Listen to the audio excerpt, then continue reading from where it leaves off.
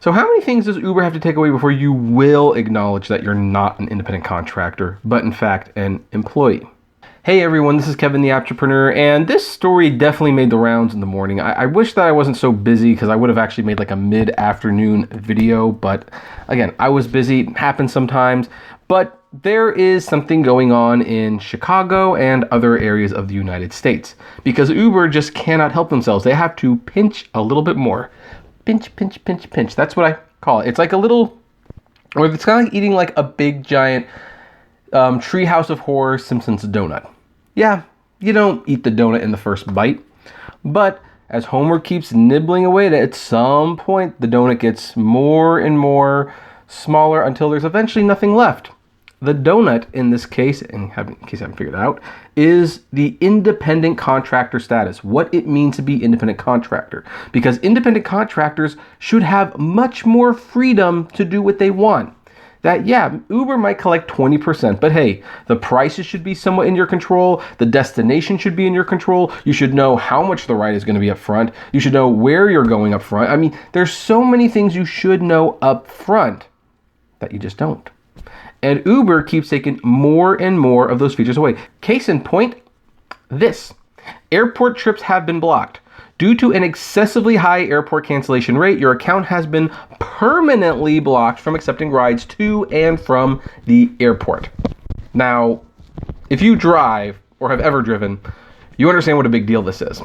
Airport rides were my bread and butter when I drove for Uber. Monday morning, up at 5 a.m., waiting for an airport ride. They were always available. They were always surging. They were usually tipping.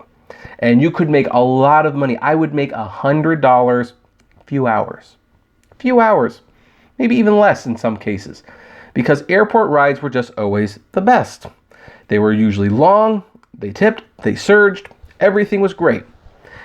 And now Uber pulls this stunt. Now again, I'm not the first to report this. People did send me the screenshot, but I'm not the only one who's reported this. The person who sent me this screenshot said their cancellation rate was primarily a result of canceling a lot of airport trips where people would call in Uber and they would have more people and luggage than their car could handle. He said, yeah, they'd call in Uber X, they would have more luggage than I could fit in the trunk. In fact, there'd be more people than I could fit in the car. So I'd cancel on them, which this is, of course, a mistake. Always have them cancel. Always have them cancel if it's their fault. If they refuse to do so, wait out the timer, cancel it, say rider never showed. You have to do it. Collect your fee at the very least. But that seemed like something that people actually did. I've actually had to turn airport rides away because people had like all of these suitcases and like their little dog in the carrier and stuff. And it's like, guys, you need an Uber XL. I remember one of the most oxymoronic things. I went to pick someone up. They were going to the airport. They had 6 people and 7 suitcases, maybe 8 for all I know, and a little carry-on dog. I said, guys, you need an Uber XL. This car is not big enough for you. They looked at me and it was like, Uber XL is more expensive. So what? I don't care. You need it. And you can either cancel this trip now or I'm going to cancel it and I'm going to collect $5. It's totally up to you. But apparently Uber doesn't like that you're doing things like that. They will actually take away something that is very profitable for a lot of drivers just to prove a point. Just to prove a point. Hey, the way we see it, you should be accepting the trips. Don't cancel the trips. You can pick up from the airport, which is very profitable. If you don't, but if you keep canceling though, for whatever reason, it probably doesn't even matter what kind of cancellations it are. Well, we're going to block you from picking up from the airport, and we're going to do it permanently. This is crazy, guys. This is absolutely insane. What happened to freedom? Everyone keeps telling me, I don't want to be an employee. I want to be an independent contractor. Do you feel like an independent contractor with this? Do you feel like you have any say at all with what you do? By the way, another thing. This is kind of a small point, but destinations turned off. This happens when pickup times increase during busy hours or when you reach a destination time limit. You know what? This has actually been going on for a while, but apparently it's become even more of an issue over the weekend, where now Uber can choose some arbitrary reason to say, hey, you can't use the destination filters, which they already have kind of encouraged you not to use anyway because they're giving you a penalty for using them. This is crazy. This is absolutely crazy. You are not an independent contractor at this point. You're not working for yourself. You're not your own boss. Uber controls the fares. They control the features. They control the platform. They control everything. You don't have any say in this except when you're going to get on and when you're going to get off. And by the way, mark my words, there is probably a time coming when it's like, hey, if they notice you haven't logged on after so many days, you're going to get a little love tap, a little warning that says, hey, you got to drive. Don't drive, deactivating your account.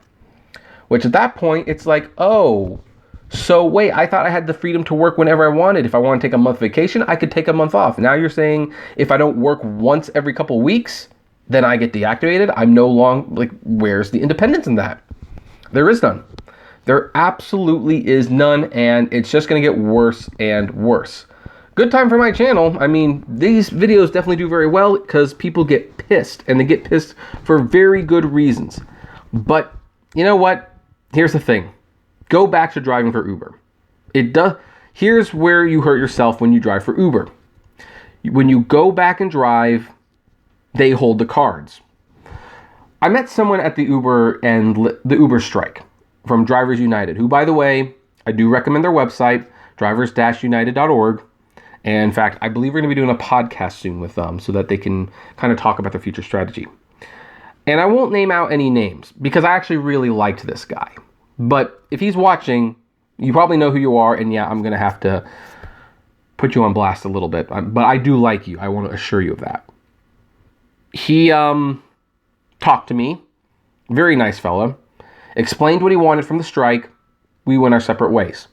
A little later on, he came and found me, and he realized that I was recording him, which, I was holding the camera and the microphone, and I asked if, he would mind being interviewed for the channel. So he knew it was happening.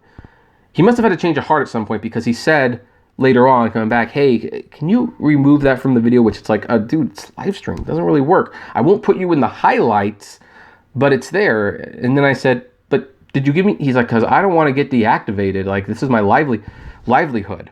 And I politely asked him, well, did you give me your name or anything? He's like, no. Well, then you're fine. But here's what I wanted to say to him. And I guess I'm saying now, in my full comfort of being in the YouTube screen. When I heard that, in my mind, I said to myself, and it's statements like that convince me you're going to lose this. You're going to lose this. Because we already know Uber doesn't care. We already know that they have no intention of raising the rates unless they're forced to.